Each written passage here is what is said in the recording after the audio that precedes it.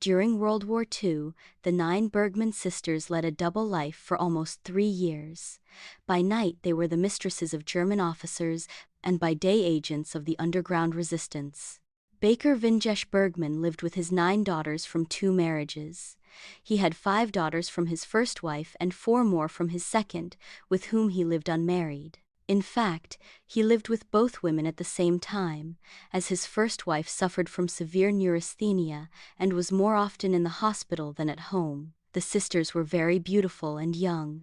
Undoubtedly, the most beautiful, charming and spoiled of them was 18-year-old Elioza, while the oldest was Carol, 28, who was also very beautiful. Unfortunately for them, William and his second wife died at the very beginning of the war, and Carol effectively ran the house after that. Elioza sold bread in the bakery, and the other sisters were employed in the town. Accomplices. One day, while Elioza was in the bakery, a man in his 30s burst in, agitated, and asked Elioza, "The Germans are after me, will you hide this radio?" "It is." Elioza nodded and abruptly interrupted him. "Don't tell me what it is. I don't want to know. Do you have a safe place? Because if they find it..." But Elioza interrupted him again. "Don't worry, I have a safe place." As soon as the man left, Elioza took the radio to the kitchen. It was an English battery-powered radio that also served as a transmitting station. Carel put the radio on the table and turned on the music. "You don't intend to keep it there, do you?" Elioza asked. "Why not?" she replied. "The Germans are stupid, they look for hidden things, but if you put something right under their noses, they don't see it." And indeed, Carol was absolutely right. Hundreds of Germans paraded through their kitchen listening to Lily Marlene, and it never occurred to anyone to pay closer attention to that radio. After 2 days, the man who had brought the radio reappeared at the bakery. Elioza took him to Carel in the kitchen, where he almost fainted when he saw the radio on the table. But Carol convinced him with the same arguments, and he calmed down. On that occasion, the man said his name was Bergmann and that he was born in Copenhagen, but in recent years he had lived in America, where his parents had moved. He volunteered for the English army, and they sent him to Copenhagen to establish a spy center and create a link between the underground resistance and the spy center in London. Carol suggested that the radio stay where it was, and that he come every morning to send reports. Understandably, Bert immediately accepted, especially since he seemed to have fallen in love with Carel at first sight. They got married after the war. The only thing that worried Bert was the appearance of Frau Bergmann, who sat motionless in her bed for hours. But Carel assured him that he had nothing to worry about from that side. Mistresses. After a few days, Bert suddenly appeared one evening with 2 British officers who had been shot down from a plane and asked Carel for accommodation for the night. Carel fed them and took them to a room in the attic to spend the night. But barely 2 hours had passed since the arrival of Bert and the officers when the sound of heavy boots echoed on the dining room door, and the Germans burst into the dining room. "The Bergmann family?" asked the lieutenant, behind whom stood 3 more soldiers. And then, without waiting for an answer, he said, "We came to look for weapons, but I see we found something else. This is a brothel, isn't it?" The tiny Frau Bergmann, who had been sitting disinterestedly in her chair until then, jumped up like a tigress and lunged at the lieutenant. "Get out of my house! Shame on you! This is not a brothel, these are my daughters. Go on, look for weapons." The girls, who had been sitting or lying calmly on the couch until then, almost all in negligee, as they were getting ready for bed, rushed to calm their mother, but at the same time flirting with Lieutenant First, as he introduced himself. The girls were afraid that the Germans would start searching and find the hidden Englishman. It didn't take them long to appease First, who apparently hadn't been in such pleasant company for a long time. He sent the soldiers to bring some more officers and a case of champagne to celebrate the evening. "The Danish government will pay for all of this," the lieutenant said jokingly. Soon, more officers arrived, and the orgy lasted until dawn. And so it went, night after night.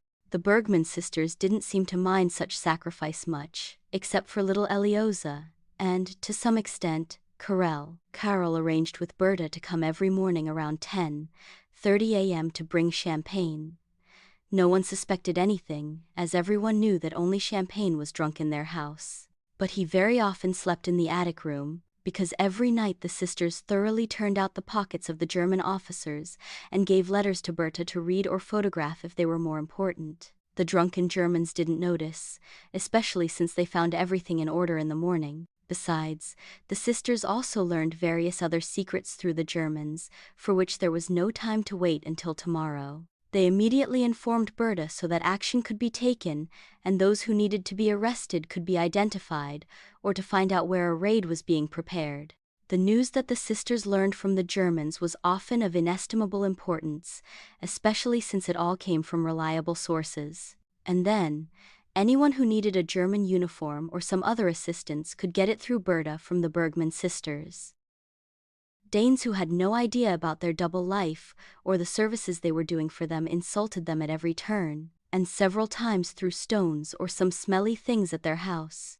They remained silent about all this, and continued to do more and more favors for the Allied cause and their countrymen, baked Germans. Although all the sisters were very beautiful, the Germans were most keen on the lovely Eliosa, who was a real beauty.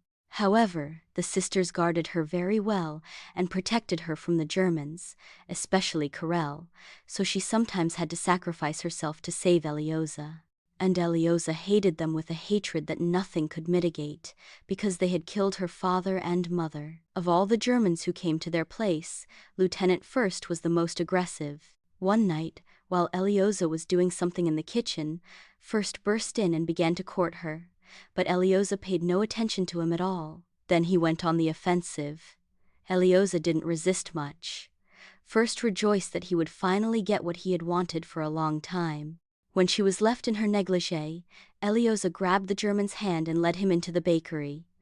"We're going in here," she told him, and went into the large bread oven herself. Suspecting nothing, the German crawled in after her and immediately went on the offensive. "Wait for me to close the door." Eliosa pushed him, quickly got out of the oven, closed the iron door, and immediately turned on the electric heaters. The German began to bang and shout, but Eliosa did not respond. Soon all resistance ceased. Eliosa returned to the kitchen, undressed, and went to look for Karel. "I roasted that pig first." "What have you done?" Karel asked in astonishment, unable to believe what she had heard.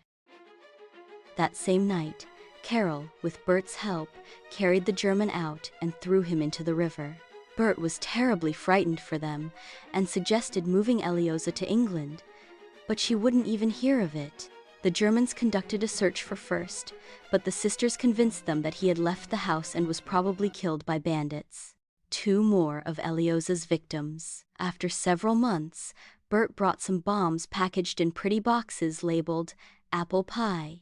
Eliosa stole one and looked for a good opportunity to use it. One evening, while the other sisters were occupied with the Germans, one of them came to court her.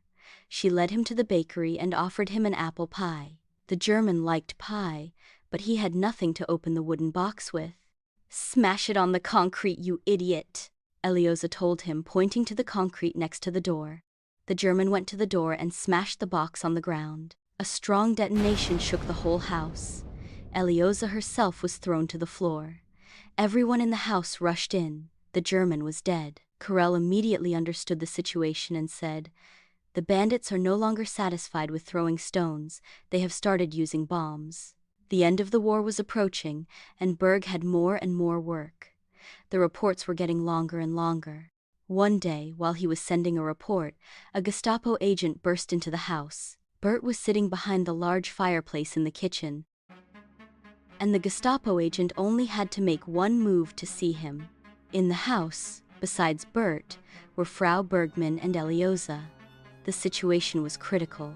It seemed that everything was ruined, because the Gestapo agent had come to search the house after receiving a report that some illegal person was hiding there. Until then, the Gestapo hadn't touched the sisters, because they believed in their loyalty, since they received German officers so nicely, but now it seemed they were caught. However, Eliosa was not confused.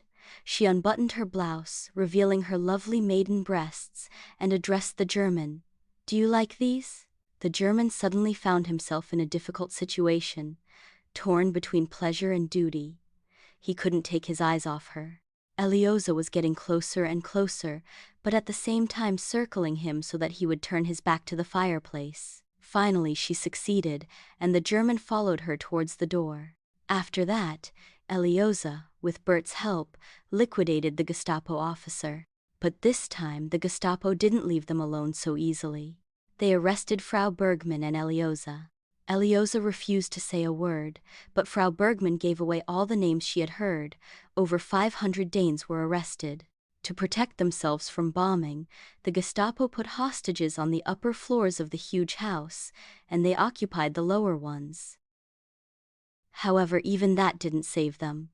Bert reported to London and requested that the planes, in a low-level flight, bomb only the lower floors. And indeed, the aviators carried this out with unusual precision, thanks to Bert's information. On that occasion, many Gestapo officers were killed, but over 90% of the prisoners were rescued. When the Allied troops arrived soon after, they found little Eliosa dead and completely disfigured.